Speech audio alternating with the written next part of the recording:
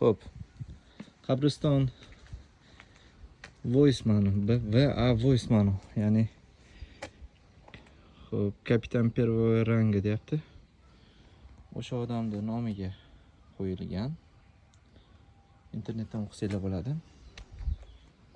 Bu yerda o'sha 98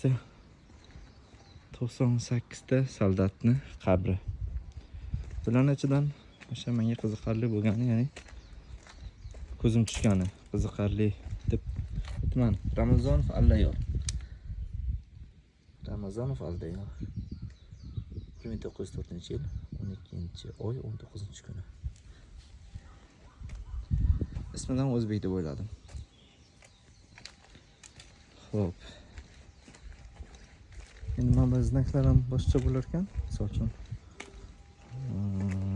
hozir Ramazonov Allayor da znak yo'q edi, mana misol uchun Korkovich Pavel znak o'shanaqasi turibdi va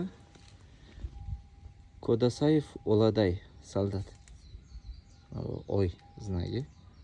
Mana bu qabristonda, ya'ni bu qabrda yotgan soldatni ham musulmon odam deb o'yladim. Va uchinchisi,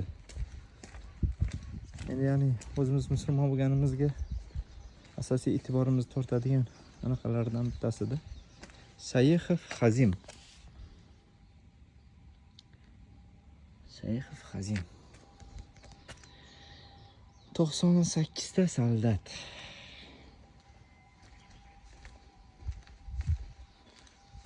Moskva shahrida rosa 121 yil bo'libdi mana. Mana shu soldatlarda va mana shu endi bilishim bo'yicha o'sha kapitan первого ranga deyapti. Voisman ismlarini yozmoqda.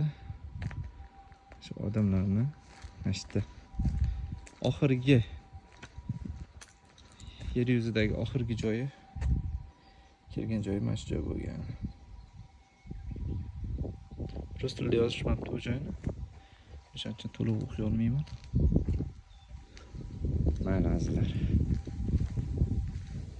Ketdik.